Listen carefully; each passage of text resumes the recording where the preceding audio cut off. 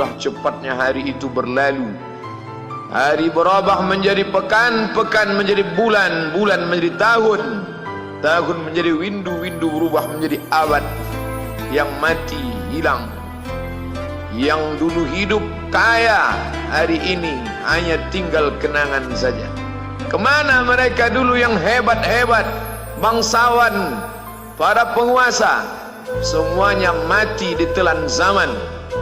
Yang tinggal hanya apakah dia orang paling baik, dicatat dengan tinta emas, atau dia orang paling jahat, dihujat, dicaci dan dimaki.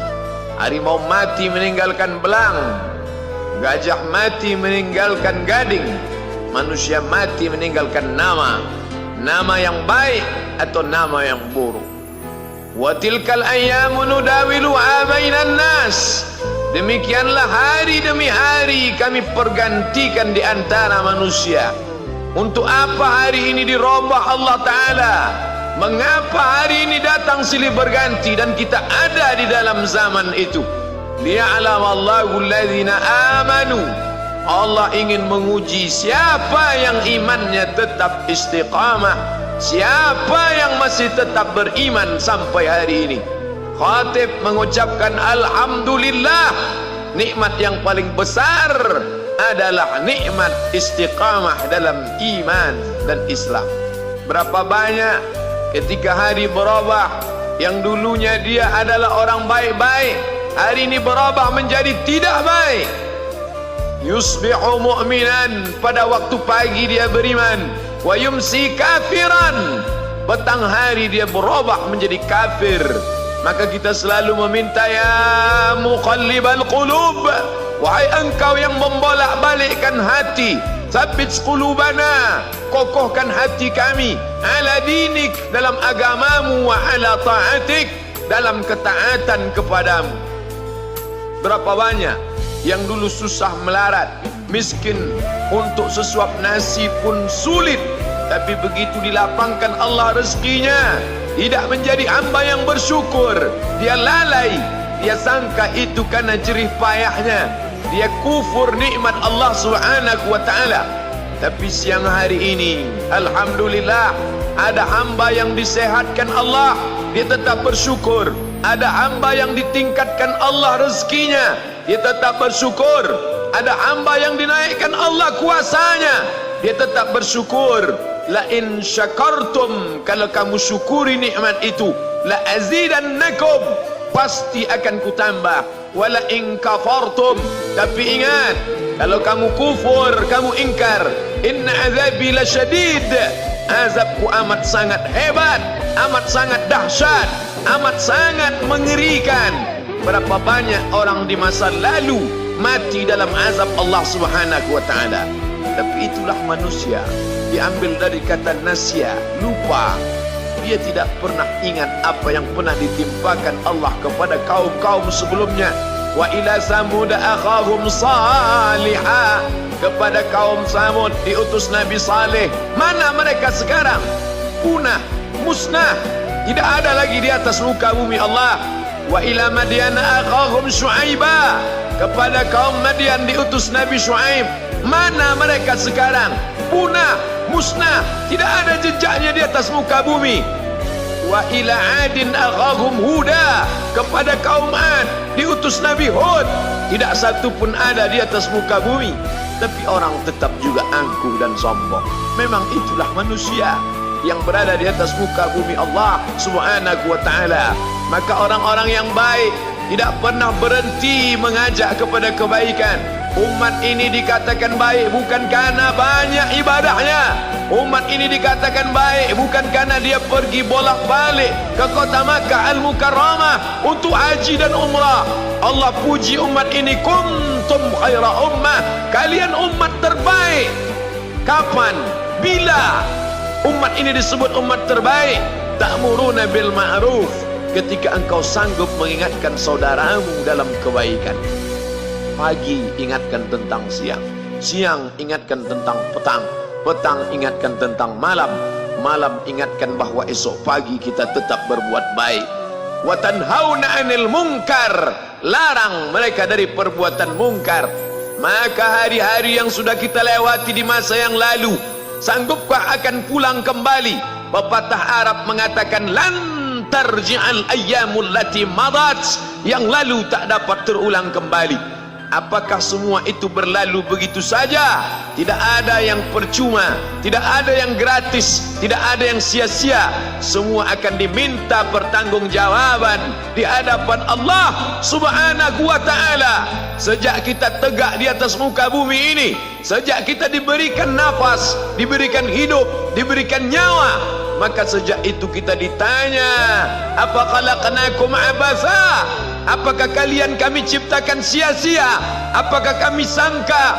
Apakah kamu semua menduga bahwa kami menciptakan kamu lalu kamu tidak akan kembali menghadap kami? Semua akan diminta pertanggungjawaban di hadapan Allah Subhanahu wa ta'ala. Tidak ada kata yang dapat terucap dari lidah orang beriman selain ucapan astaghfirullahaladzim. Ampunkan segala dosaku di masa yang lalu. Aku lalai dan lupa ya Allah. Kami termasuk orang-orang yang menghilangkan usia kami ya Allah. Kami tak tahu ke mana umur kami selama ini. Berapa jam untuk perbuatan dosa, berapa untuk perbuatan maksiat. Padahal ketika tiba masanya, kami semua akan menghadapmu, dan pada saat itu semua akan dihitung menit demi detik. Detik semuanya tak ada yang dapat dari luput panggilan Allah Subhanahu wa ta'ala. Tidak ada yang lepas daripada pengawasan. Inna alaikum lahafizin, bersama kamu ada malaikat hafazah kiraman mulia, katibin mencatat, ya'lamuna ma taf'alun, dia tahu semua yang kamu lakukan. Betapa waktu-waktu yang lalu itu tak dapat kita tebus dengan apapun selain kita perbaiki di masa yang akan datang. Tingkatkan kualitas salat berjamaah, tingkatkan membaca Al-Quran. Andai usia kita sudah lanjut, tak dapat kita jemput, maka kita didik anak cucu generasi akan datang menjadi generasi yang Qurani dan Islami. Sab'atun yudhilluhumullah, ada 7 di antara yang dapat naungan Allah. Yauma la dhilla illa dhilluh, hari itu tidak ada naungan kecuali naungan Allah Subhanahu wa ta'ala. Di antara yang mendapat naungan itu adalah syabun, anak muda, nasya'at fi ibadatillah, anak muda yang tumbuh beribadah kepada Allah Subhanahu wa ta'ala. Andai masa muda kita penuh dosa, andai masa muda kita penuh narkoba, andai masa muda kita penuh zina, wal iyadzu billah wa na'udzu billah, jangan sangka Allah tutup pintu taubat. Innallaha la yaghfiru ayyushraka bihi, Allah tak terima taubat orang yang mempersekutukannya. Wa yaghfiru ma duna dzalika liman yasha, tapi taubat selain itu diterima, dibukakan Allah Ta'ala. Mari perbaiki anak menantu, cucu, kawan, sahabat, andai talat, ajak ke jalan Allah Subhanahu wa ta'ala. Itulah salah satu memperbaiki yang masa lalu, kita perbaiki di masa yang akan datang. Di antara tujuan Allah mengapa dia buat kita masih hidup di akhir tahun ini, liya'lamallahu allazina amanu, Allah menguji siapa yang masih tetap dalam istiqamah iman dan Islam. Tujuan kedua, mengapa Allah buat kita hidup sampai hari ini? Wa yattakhidha minkum syuhada, wa yattakhidha minkum syuhada, Allah ingin melihat siapa di antara kita ini yang layak untuk menjadi syuhada. Iskariman, hidup mulia, au mutsyahidan, atau mati syahid. Pilihan orang Islam tidak banyak. Kalau hidup, hidup mulia. Kalau mati, mati syahid. Jangan hidup hina, mati terlunta-lunta, tidak diterima Allah Subhanahu wa ta'ala. Hidup mulia atau mati syahid dipersaksikan oleh para malaikat. Man kharaja fi talabil ilmi, siapa yang keluar rumah dengan niat menuntut ilmu, fahuwa fi sabilillah, maka dia seperti orang yang berjihad fi sabilillah, yang jauh meninggalkan kampung halaman, menuntut ilmu di perantauan. Jangan kau sangka kau anak yang terbuang, engkau adalah seorang syahid. Andai mati dalam perjalanan, maka matimu adalah seorang yang mati syahid. Mencari rezeki yang halal, meninggalkan anak dan istri, demi untuk memberikan nafkah, menjaga diri dari riba, menjaga diri dari haram, menjaga diri dari syubhat. Ditinggalkan anak yang masih kecil, istri yang memerlukan kasih sayang. Kutinggalkan kalian bukan karena hawa nafsu, tapi ingin mencari yang halal. Tetesan air mata, penuh keringat dan kerinduan, munajat di tengah malam, dibayar Allah Ta'ala dengan tetesan darah seorang syahid. Man mata duna malihi, siapa yang mati membela kehormatan hartanya, fahuwa syahid, maka dia mati syahid. Betapa seorang yang susah melarat hanya untuk menjaga diri dari yang haram dan syubhat, Allah muliakan dia. Inna akramakum indallah, yang paling mulia di antara kamu di sisi Allah, atqakum, yang paling takut kepada Allah. Ramai kita di rumah Allah ini, yang paling kaya kah yang paling mulia? Tidak. Yang paling ganteng dan paling hebat kuasanya kah yang paling mulia? Bukan. Yang paling berilmu, buya, kiai, ulama, apakah dia yang paling mulia? Tidak ada jaminan.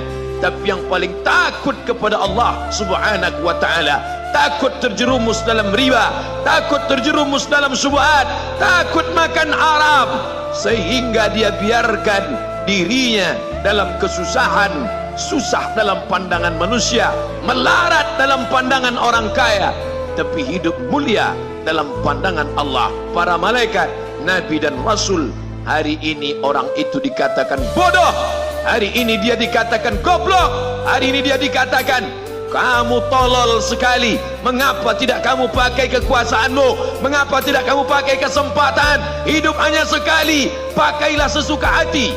Tapi dia takut kepada Allah Subhanahu wa ta'ala. Pagi dan petang dia katakan, Allahumma ajirna minan nar, Allahumma ajirna minan nar, Allahumma ajirna minan nar. Selamatkan kami, aku, istriku, anakku, keluargaku dari api neraka ya Allah.